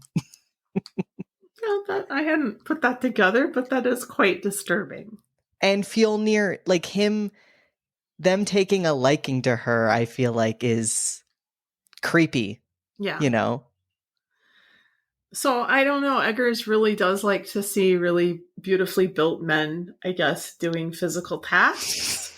So we get that here. Amleth is doing various physical tasks, and he wiles his way into the house where his mother is. Olga is positioned to be closer to Fjolnir, and Olga asks Amleth if she's lost, will he come and find her? And he does not answer her. It should be Yeah, because I thought that was a very sweet line, and then it just kind of falls flat. Not even like a grunt. So at night, a fox leads him to a cave where he meets a he-witch who has the head of Hymir, our beloved Willem Dafoe's character. And the he-witch says that Fjolnir cut off Hymir's ears and plucked out his eyes and then killed him. And Amleth's kind of like, okay, enough. I don't want to hear any more about that. But through some sorcery, Hymir is able to communicate with Amleth. And he tells him that there's this really cool sword that he's got to find. It's called the Draugr. And the Draugr : the Undead. That's sick. It is really cool. And he says that it can only be unsheathed in the dark, or in the dark of night, or at the gates of hell. And also, BT dubs, he's going to have to choose between the kindness of your kin and the hate for your enemies. And Amleth is like, cool, I have nothing but vengeance in my heart. So that's not going to be a hard decision. Yeah, I'm good. Amleth has to fight this super tall and super armed zombie in order to get the sword. And it's a cool fight scene, whatever. And then he pulls the zombie into the moonlight, and that kills the zombie. I thought that was pretty neat. And he retrieves the sword. I thought this was really funny. I love this scene. He's trying to find somewhere to hide it. Like, where do I put this now? But all the huts are like made of grass, and like, where is he going to hide it? He runs into Rocky, the guard dog, and Amleth growls at the dog, which freaks the dog out. Fjolnir wants to sleep with Olga, and she raises up her dress to show that she's on her period. And he's like, oh, a little blood, that's no big deal. And then she scoops some blood and wipes it on his face.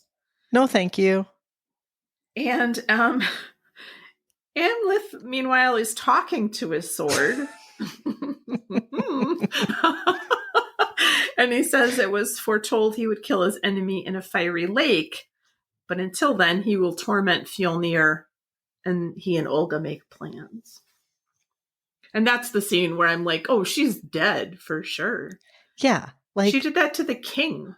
Yeah. And how? Well, I'm sorry, not the king, but the leader of the farm. I mean, the head man of the farm. Yeah. And again, this is why I'm like, he's creepy. Like, he clearly wants to have her. Yeah. And she looks just like his wife. She's also super young. And yeah, I don't understand how, even if she's beautiful, you'd just be like, well, whatever, I'll find another one. Kill her. How is she not dead? Yeah, that doesn't make a whole lot of sense. Okay, I do like this part. I mean, I think this is a scene that maybe could have been cut. I mean, it does serve a little bit of a narrative function, and it's really cool. But yeah. I mean, it does make the movie, I don't know, 5 or 7 minutes longer or whatever. But Amleth is chosen for this sporting contest. He doesn't know the rules of the game, which is something that I really love. But it's 5 men on 5 men. It's kind of like baseball, but like the most violent version of baseball you've ever heard of. And basically you bash people with your bat until each person is eliminated one by one. So when it does get down to 1-on-1, Gunnar, the little kid, is losing his goddamn mind, and he runs onto the field. And Thorfinnur, the opponent, is about to bash the kid's head in, and because the kid already falls and like hits his head on like the hard ball that they're using, so he's already kind of like, not okay. But Amleth kills Thorfinnur's head by smashing his own head into him over and over and over again. Well, that gets him some privileges that are doled out by the elder son. And one of the privileges is he gets his own woman. So he gets to have Olga. They have sex, and then they plan to bring Fjolnir's nightmare to life. I did like that the older son is like, but don't get it twisted. You're a slave for life, and we'll never respect you. We're never going to free you. So yeah, I was like, okay. Also, I will say that the elder son also seems to me like he's not of this time. His beard is very manicured. He just looks like he's kind of cosplaying a little bit. I don't know if it was this movie. I've been watching a lot of movies lately, but that reminds me that I saw a close up of somebody's eye, and they had definitely like had their eyebrow waxed, and I was like, that's not like yeah, that can't do that. Easily fixed. Okay, new title card: The Night the Blade Feeds. This was pretty cool. He goes into like this hut and he's like, don't worry, you're just the first victim. And he kills some of Thorbjörn's friends. That's the elder son. And then he nails their bodies to the side of this house. And they're all in these like crazy positions. That must be like historically accurate, because that's like... that was gruesome. Fucked up. So then when Thorir finds this, he goes, little bananas, and he tries to find out who has done it. At first, Thorir thinks it's the Christians, because their god is a corpse nailed to a tree. I like that line. But the white-haired witch lady says no. Then they're like sacrificing to find out who did the killing. This is where I was like, I don't know what's happening anymore.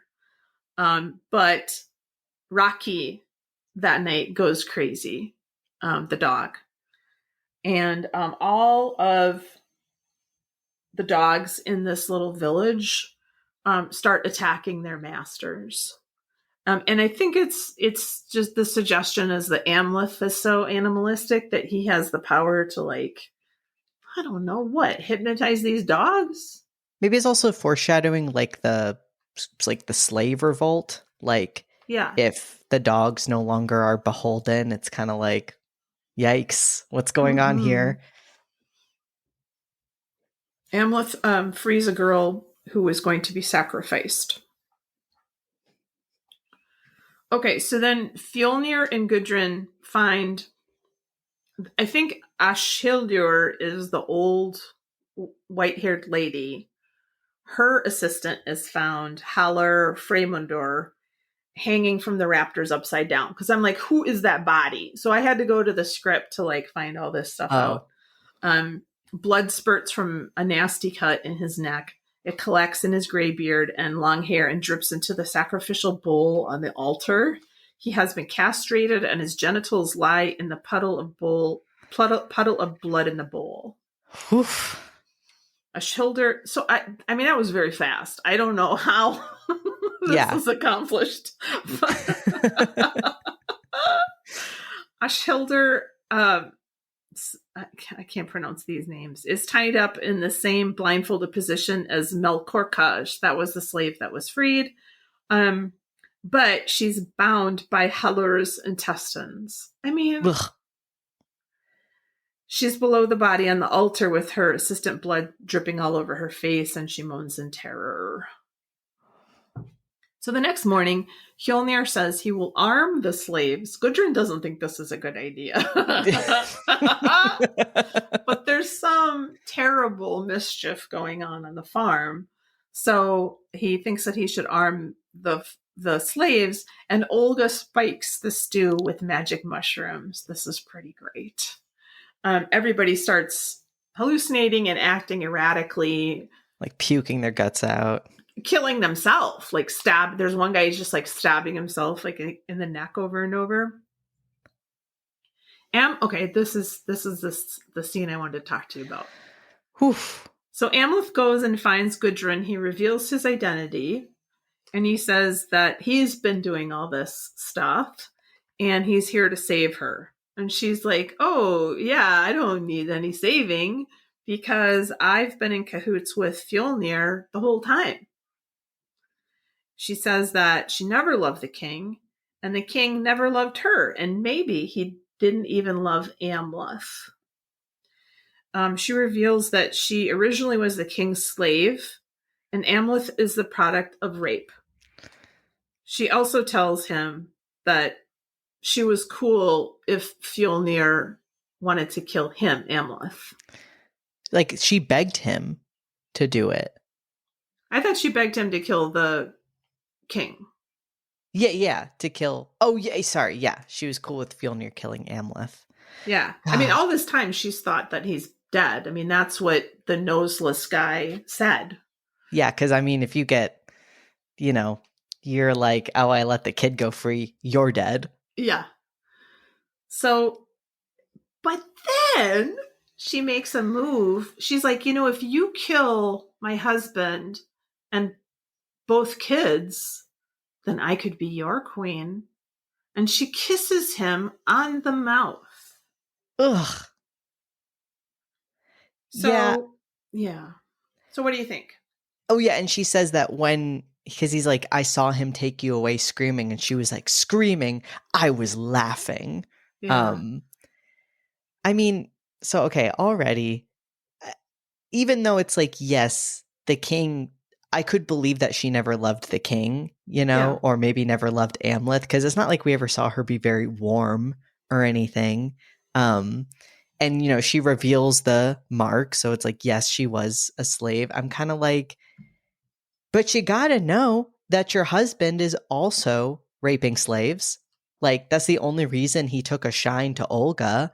Right. And who's to say he wouldn't kill you and then take her as his wife? Mm-hmm. So I thought that was a little bit like, there's no way she wouldn't know that he's doing that.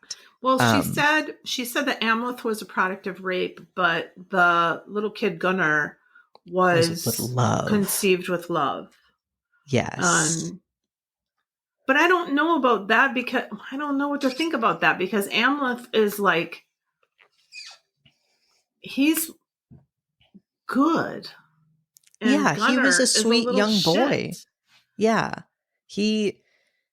When we see him in the beginning, he just seems like the sweetest little boy, like kind of a little scamp, but like, that's it, Yeah. Not like a little shit. And I mean, at this point when she's like, I don't know if she's trying to trick him and then maybe like stab him or something, but if she really is being like, yeah, sure, kill Fjolnir, like, it seems like she just wants to survive, But also, like, when he leaves, he doesn't kill her. When he leaves, she's laughing like a mad person. Like, she's definitely... So I'm like, but why is she mad? Is she mad because... I mean, why? Yeah. And I don't know... She's presented as a villain, Well, for sure, but I don't know if, like, what she's saying is true in any way. Yeah. Because we don't really get confirmation from anybody, but it's like Fjolnir clearly loves her in some way.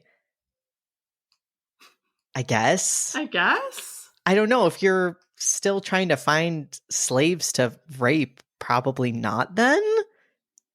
But what is the character of a person during this time? Yeah, I mean, I do think it's a lot about survival. And so maybe she is just trying to find a way to survive, or maybe she's trying to trick him. And like stab him or something. She doesn't get the chance. This scene is so uncomfortable. It's super uncomfortable. So he does kill Thorir, and he makes a plan with Olga. He's going to flee to the hills, and she's got to be ready to run. Fjolnir, when he finds the body of Thorir, of course, he's really upset, and then he finds that the killer has taken his son's heart. So Gudrun's like, that's Amleth. And Fjolnir's like, no, he's dead. She's like, no, he's alive. And Fjolnir starts killing slaves, just like, it's kind of like that, reminded me of is that one scene in, what's that zombie show? The Walking Dead. Oh, mm-hmm. with when like Negan. where they're just like going down the line and like killing people like an assembly line. Ugh. But just about to kill Olga when Amleth shouts from the hill, "Hey, I'll give you back your kid's heart if you spare her life." Aw. So there's a fight scene. Amleth is subdued, and Fjolnir says that Amleth is just like his father. Evil begets evil. And Fjolnir is just about to take out his heart. But Amleth says, "Well, how do you know that the heart I have is not the heart of a rabid dog from the other night?" Fjolnir is like beating. I guess you have to have one of these scenes where your beautiful hero is like pummeled and bloody and like. So that's what happens. He's all beat up. But he says, "You can't kill me because I have to die on the battlefield." Gotta go to Valhalla. Mm-hmm. And Fjolnir, like, I guess he's scared by that or whatever. He leaves. And then these ravens, like, free Amleth, which is that was cool. Yeah, I like that. I like that. Now we have Thorir's funeral. I don't want to go through all of this stuff, but it's pretty cool. It's like this whole ritual, and there's like a horse's head that's severed. I mean, it's all it's interesting. But when Fjolnir goes back to check on Amleth, only ravens are in the barn. That's should have just killed him. Yeah, I don't know. He scared him somehow. We get a scene of the Valkyrie riding with Amleth on her horse. But when he wakes up, he's in a hot spring with Olga. And he's like, "This isn't Valhalla." And she's like, "Yeah, I'm not ready for you to be dead yet."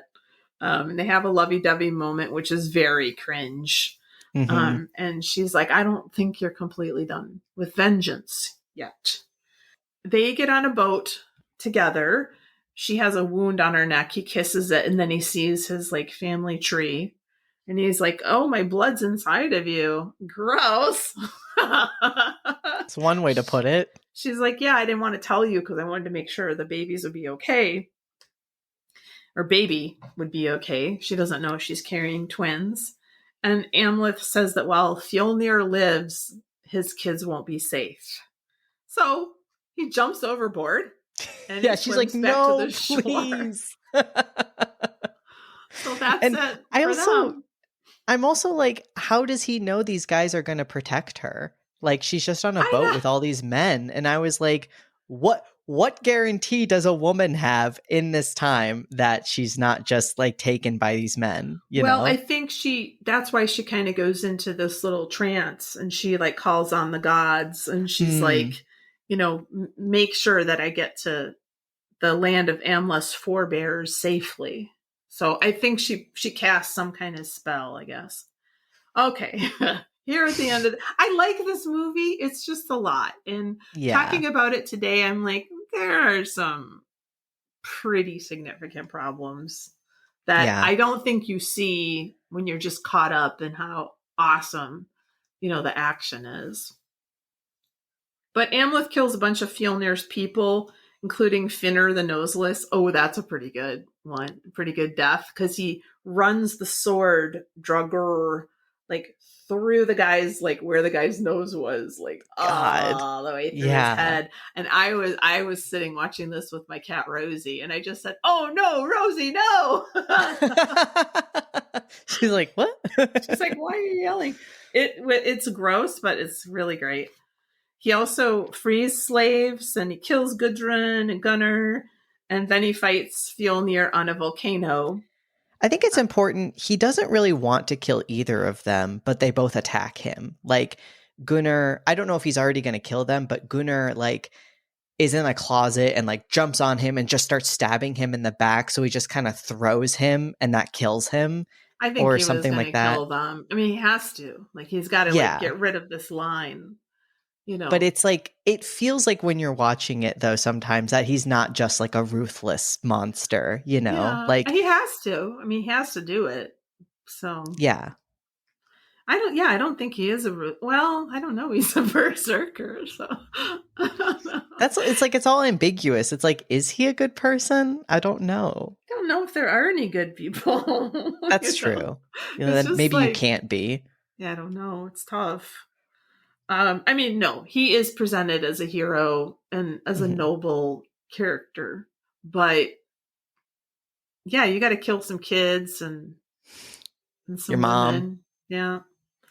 Anyway, when they die simultaneously in a very cool shot that you have to rewind and watch like 5 times. But as Fjolnir stabs Amleth in the chest, Amleth slices Fjolnir's head off. And I like this because when Fjolnir kind of walks in after he's just killed Gunnar and Gudrun, and he just is like, I'll see you at the gates. I'll kill you at the gates of hell or something. And Yeah. Amleth is like, you will find me there. And he just kind of walks off he drags Yeah, he Gudrun, drags their bodies. but he has Gunnar over his shoulder. I just thought he just drags her. And then it like jump cuts to this giant volcano. Who knows how they got there? Magic. That very last part is Amleth sees Olga with the twins, and she says that the thread that binds them can never break and that they are safe. And now he's able to ride the horse with the Valkyrie to Valhall, and that's the end. You're done. You're free. You're free from this movie. Yeah. I don't know. We watched this for Squad when it came out in 2022, and we all, I think, really loved it. And I was just surprised at how much I liked it. I don't know if it's great to analyze it. You know? I feel like it's so much. It doesn't feel like an Eggers work compared to how intentional everything feels, especially in the Lighthouse. And even though The Witch wasn't my fave, I think it's a better movie than this. Yeah, yeah. I think this is the weakest one, and I probably enjoy this one more than The Witch, but it's not as good as The Witch. No. I don't think. But part of that is because it was such a big budget, and he had to answer to the studio, I guess, and more, and that's in the trivia. But I did find one phobia. I was looking for a fear of ravens. I don't think there's this particular fear of ravens, but we already talked about arachnophobia, which is a fear of birds, so we covered the birds. Yeah. But there are a lot of foxes in this, and phanecophobia is a fear of foxes. I like that name. But why would you fear them? They're so cute. They're so cute. But I guess phobias aren't rational. Okay, I'm going to skip that one. Okay, director Robert Eggers worked with historians and did meticulous research into the period to make sets, costumes, and props as authentic as possible, while also going back to a period before Christianity influenced Viking culture. Professor Neil Price, archaeologist at Uppsala University in Sweden, who worked on the movie, later stated that, quote, "The Northman might be the most accurate Viking movie ever made." Eggers did admit there were a few historic references for Amleth's initiation ritual, making it, quote, probably the most fictional ritual in the movie. That one felt the most Eggers, almost. Yeah. I like his. Maybe it was also the intense strive for like realism, maybe. Whereas the Lighthouse and the Witch, I feel like he got a little bit crazy with it. Where this one, it did just kind of feel like an action movie sometimes. Yeah. I agree with you. Although Robert Eggers didn't have final cut and had to make several studio-mandated changes to the movie during post-production, he still expressed his satisfaction with the finished product. However, he admitted that editing the movie was the most painful experience of his life, making this possibly a one-off experience. Quote, "Frankly, I don't think I will do it again. Even if it means not making a film this big ever again. And by the way, I'd like to make a film this big. I'd like to make one even bigger. But without control, I don't know. It's too hard on my person." That's fair. He shouldn't. Totally. He shouldn't ever do that again. The sorcerer wears women's clothing. In Iron Age Scandinavia, magic was seen as a female activity, and terms for male magicians were also used as slurs against homosexuals. According to legend, Odin, the principal Norse god, disguised himself as a woman so he could learn magic from the goddesses. And remember I was telling you about that show I watched about Thor? It's a Norwegian show, I think. But Loki himself suggested that he might be the first trans character in this. Yeah, like I know Loki changes like his gender and appearance, like man, woman, horse, you know. So he definitely seems like very fluid. Yeah. Probably as no surprise to anyone, Alexander Skarsgård worked out for 6 days a week for 6 months to attain his physique for the film. While set in Iceland, Scotland, and Ukraine, most of the film was shot in Ireland. Beautiful.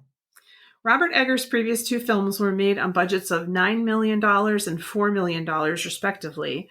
This film had an estimated budget of between $70 and $90 million. That would be a big jump. Big jump. Shot in 87 days.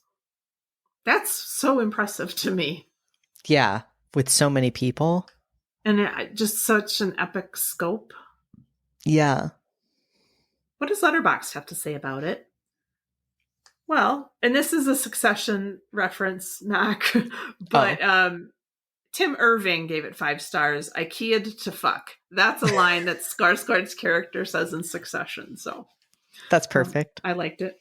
Natalie Paris gave it 5 stars. One of the best Anya Taylor-Joy performances, next to Nicole Kidman's mid-impression of a Viking queen. As a history major, props to this film for being scarily accurate to the Viking age. Shadow Girl gave it 5 stars. Watched for Alexander Skarsgård and his previous role as Eric Northman.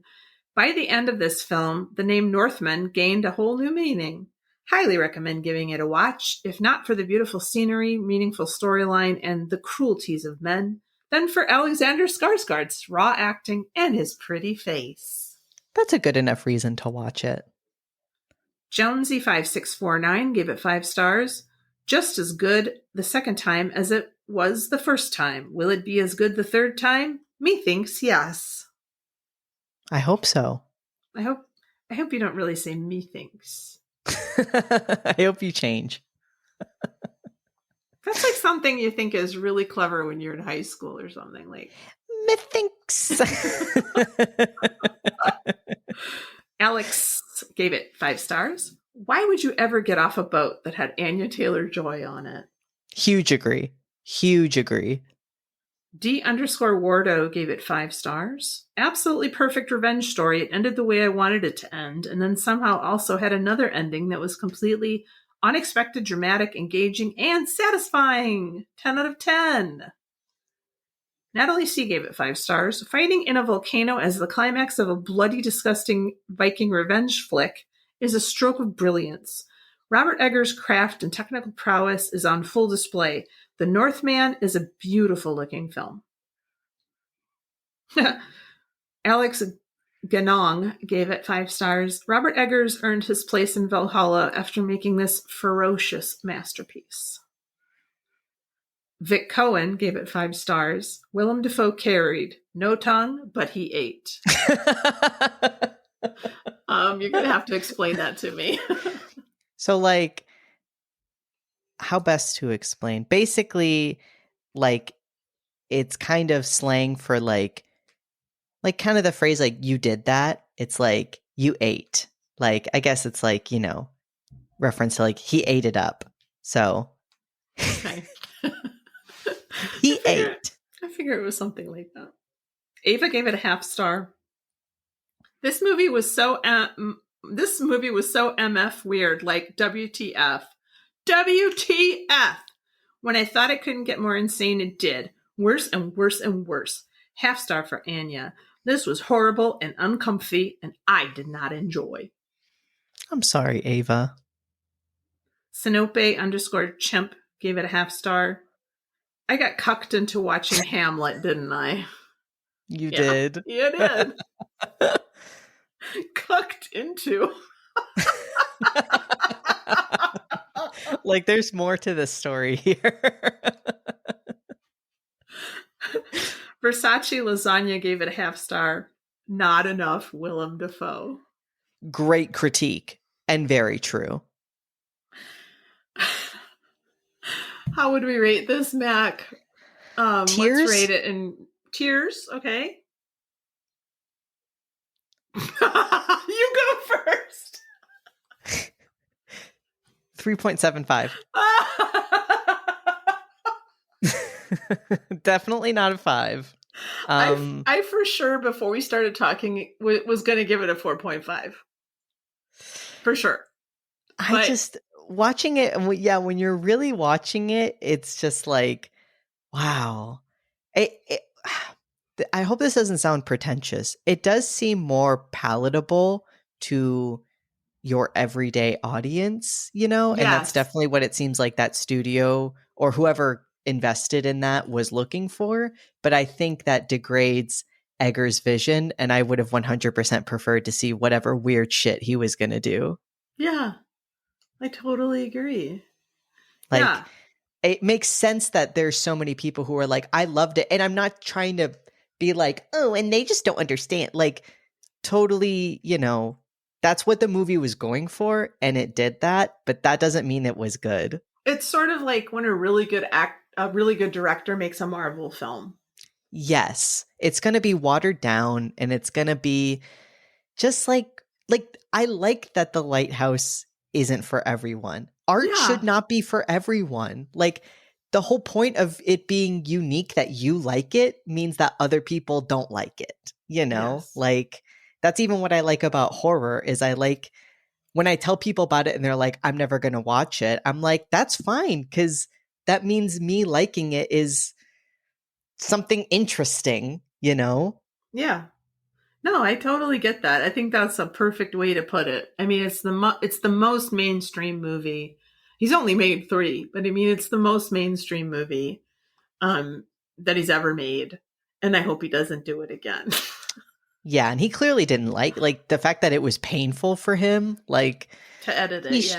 Yeah, he should probably. I think it would just be better. Like, I don't know how big the budgets for, like, say, Midsummer and Hereditary were, but I feel like Ari Aster, maybe Eggers just had to work with somebody else or get his money from something else, because I feel like Ari Aster, for making larger budget movies, has been able to inject more of his personality into it, you know? Well, we haven't seen Beau is Afraid yet. That's true. Beau is Afraid was my favorite short film of his. But, and nobody hate me, okay? But I'm not, I do not worship Joaquin Phoenix. I do not. I don't either. I mean, I know a movie doesn't make a person, but I fucking hated the Joker, and I do. Sorry if you're listening to this and you like it. I give you the side eye. Because I do not think it is good. And sorry, that can be a whole other thing, but I feel like there's this weird worship of him, and people already loved the shit out of him before that, but I'm just not really excited to watch him. Sorry. I think he's a strong actor, but he's not what's going to get me to go see a movie. Yes. And I don't know, the actor in Beau is Afraid, the short film, was black, and I don't know, just kind of like Ari Aster already kind of like, he really kind of flubbed it with one of his short films, and I don't think he did a great job, like, telling a story that's maybe not his own, with that whole uncomfortable one about the black family and the assault. I think he rightfully got flack for that. But it's like, I don't know. Like, I don't know. Felt a little bit weird to me that you would go from... Because the Beau is Afraid, the short film, wasn't about necessarily somebody's, like, background and upbringing, or, you know, it didn't feel the same as the shitty one he did. So I don't know. Anyways, this isn't about Ari Aster. Well, yeah, and this is not about Beau is Afraid, but I would like to watch Beau is Afraid at some point, and maybe we can do it as a whole squad pod, because I know that Quinn wants to see it, and she does. I won't say she worships Joaquin Phoenix, but he's definitely a draw for her. Yeah, for her. Yeah. In a way that he isn't, I don't think, for you and me. Ari Aster, though, is enough draw for me. I mean, he's an artist, and even if I don't like everything that he does, I mean, I think he's got a strong vision, and he's doing stuff that, and I've heard that it's really good to see on the big screen, even though it's like 3 hours. So I'll do it. Let's make a date and do it. Then we'll talk about it. Okay. What? So we rated it. Okay, I didn't rate it. I think 3.75 is good. Yeah. I would go with that too. What would we watch it again? I will. I will, but it'll take a few months, maybe a year, before I even think about touching it. Did you have a favorite scene? I guess definitely the ritual at the beginning. I mean, I think the whole first part is so strong. Yeah. Like, it gets you real set up, and then I just feel like it's a train that falls off the tracks.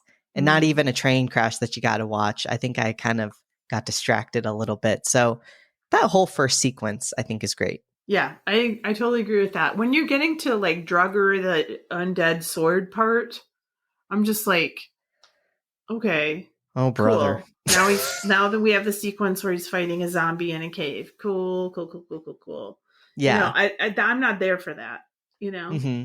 It's a little bit of overload at that point. I love the Berserker scene. Mm-hmm. I've showed it to so many people. Yeah. It's just such an amazing accomplishment. I just like super impressed by that. Who wins the You Fool Award? I guess Amleth. Do you think so? I do think it's like, not that he knew that they thought he was dead, but it's kind of like you kind of could have had a somewhat normal life, you know? I mean, I guess nobody has a normal life, but I mean, they don't know you're alive. Yeah, I know, but the Norns had like said that, you know, his fate was sealed. He couldn't deviate from that. I mean, I don't think living out your years with the woman you love and your children is the point of being a hero. That's true. Do you know what I'm saying? Like, that's the way I want my hero story to go. But I think if you're a Viking, it's like, nah, that's humiliating or whatever. I guess maybe his uncle's the fool then, because he was warned that his kingdom would fall. It did. He lost his whole family. And yeah, things did not go well for him. No. Well, thank you for talking to me about Ditto. Eggers and Dafoe. This was a good idea. Thank you. Thank you for joining us for this episode and for all your support. It means the world of horror to us truly. Next time, it's Mom's Picks, and we will be looking at Anthology Horror. I have chosen the original VHS from the US and 3 Extremes 2, aka 3, from various Asian directors. Coming up on the Quinny-sode, Quinny and I will be looking at A Clockwork Orange and the Parallax View. We're going to try to do them together, but we might have to separate them because we have a lot to say about A Clockwork Orange. Later this summer, we'll be talking about Strangers on a Train. We would welcome your support in the form of a 5-star review or thumbs up on your preferred listening platform. But we will settle for you just telling all your friends all about us. On that, shout out to our WoHos in various area codes. The last episode was downloaded in the US, Canada, Germany, Brazil, Kuwait, Philippines, and Czechia. Wow. If you would like a specific shout out, please get in touch. Mac, what do you have going on? Well, as always, you can follow me on Tumblr or Instagram at Macaritaville to look at my art. And also, I have started streaming for 1 day a week on Twitch at 6:30 p.m. Eastern on Tuesdays. So next is on Tuesday, June 13th. Great. Remember, WoHos, we love you, and don't go into the basement.